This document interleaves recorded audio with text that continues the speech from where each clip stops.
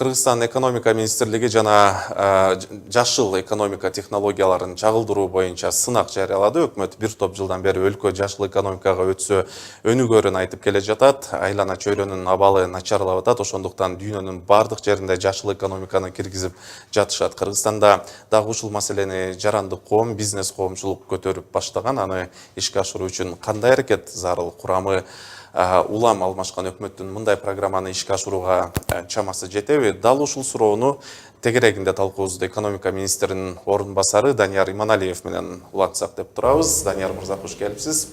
Саламатсызбы. Мына жогоруда айткандай 4-5 жылдан бери өлкөнү жашыл экономика менен өнүктүрүү максат кылып келе жатабыз, бирок коомчулуктун көпчүлүк бөлүгү толук биле электей сезилет бул жагдай тууралуу. Деги эле жашыл экономиканын зарыл экенин биз, коомчулук, ишкерлер кантип жөнөкөй түшүнүшүбүз керек?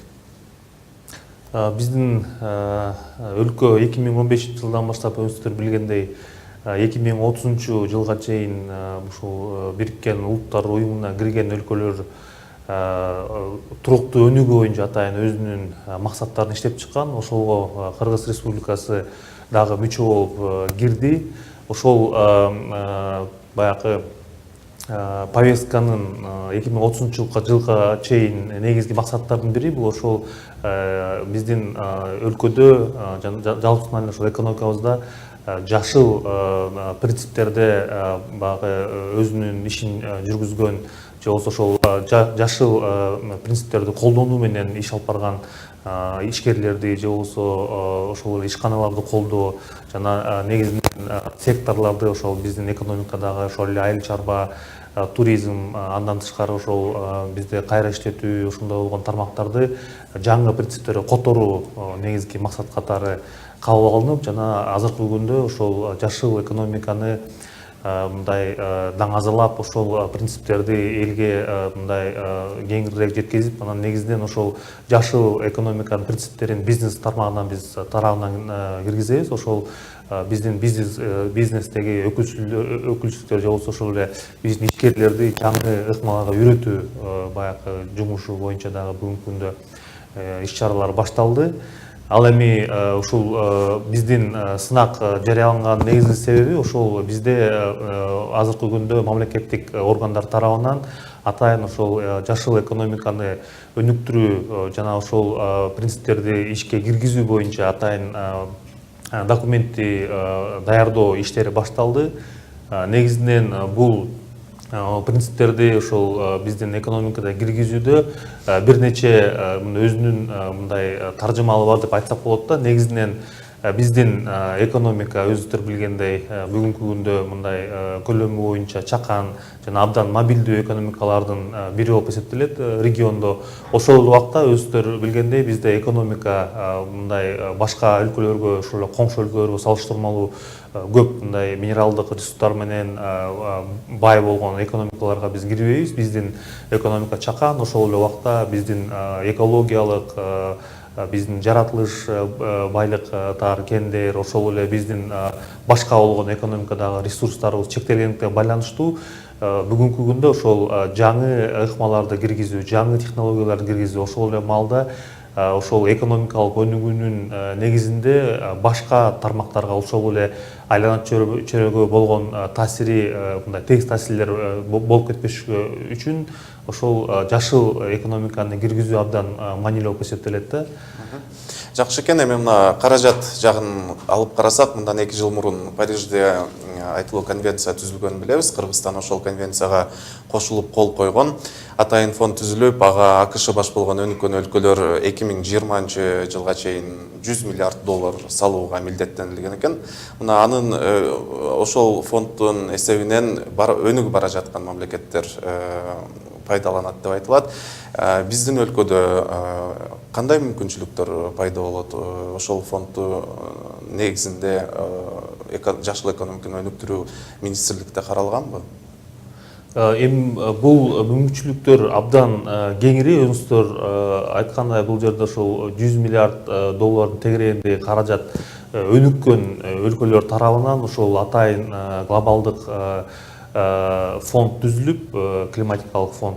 ушул фонд аркылуу ушундай жаңы баягы өнүгүп келе жаткан же болбосо ошол эле өнүккөн өлкөлөрдөгү жаңы ыкмаларды же болбосо жаңы принципте иштеген ушул жашыл экономиканын принциптерин киргизүүгө дагы багытталган каражаттар бөлүнөт деп күтүлүп атат да.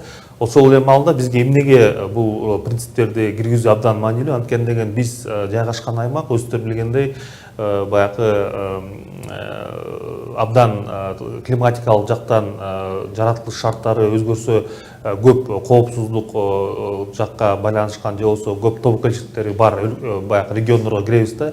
Бүгүнкү күндө ошол прогноздор боюнча 1,5–2 градустун тегерегинде ошол 30-жылга чейин биздин аба ырайы баягы жылып кетиш мүмкүн деген прогноздор бар да. Ошол прогноздорго таянсак, анда бизде ошол 30–40%га чейин биздин ошол эле мөңгүлдөр эрип кетиши мүмкүн да. Ал эригенде ошол эле биздин суу же болбосо ошол сууга байланыштуу болгон экономиканын секторлору же болбосо суу байлыктары азаят деген дагы прогноздор бар да. Ошондуктан ошол нерселерди кыскартуу максатында глобалдык фонд аркылуу бир нече ошол каражаттар бөлүнүп, ошол эле маалда 2 тармак боюнча бөлүнөт да бул каражаттар. Биринчиси ошол адаптацияга деп коет. Бул ошол баягы аба ырайы жылып кетишине байланыштуу кайсыл секторлорго мындай терс таасирин тийгизсе, ошолорду минималдаштыруу бир жагы. Экинчи жагы болсо ошол эле глобалдык фонд аркылуу ошол болуп аткан баягы көмүр кычкылтегин баягы бөлүп чыгарган өндүрүштөр болсо ошолордун таасирин кыскартуу да. Бирок эми биздин өлкөдө өзүңүздөр билгендей оор чоң болгон ири өндүрүштөр жок болгонуна байланыштуу бизде ошол адаптацияга болгон баягы көңүлдү көбүрөөк басым жасап, ал эми керелки баягы өнүгүү программаларын даярдаганда ошол жерде жашыл экономиканын принциптерин киргизгенге биз аракет жасаш керек да. Анан буга чейин ошол биз ошол акыркы жылдардын ичинде бир 12–15ге жакын ошол жашыл экономика боюнча конвенциялар кол коюлган. Башкача айтканда, ошол биз конвенциялардын алдында, ошол эл аралык коомчулуктун алдында биз бир нече реформаларга барабыз же болбосо ошол бир нече өзгөртүүлөргө барып, жашыл принциптерди киргизебиз деген өзүбүзгө милдеттеме алганбыз.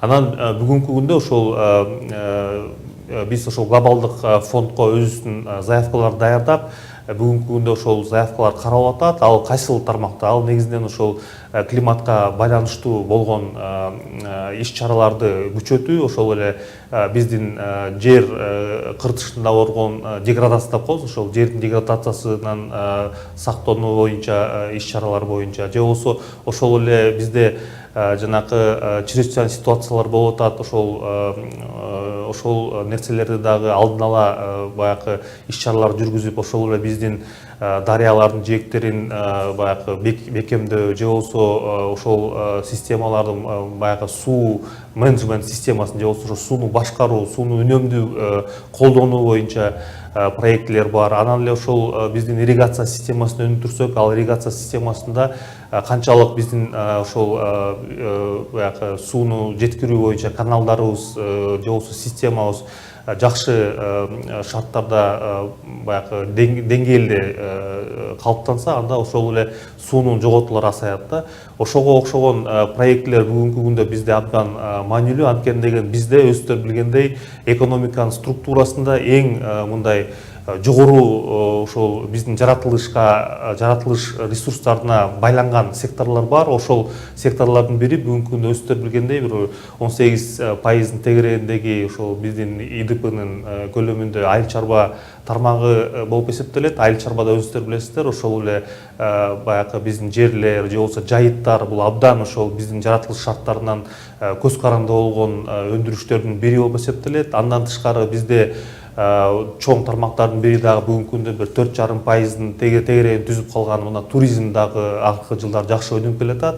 Бул туризм тармагы дагы ошол көбүнчөсүнөн ошол биздин жаратылыштагы болгон ресурстарга көз карандылар.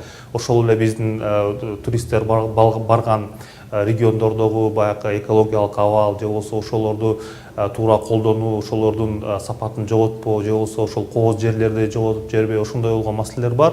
Булар дагы ошол экономикага чоң таасирин тийгизет да.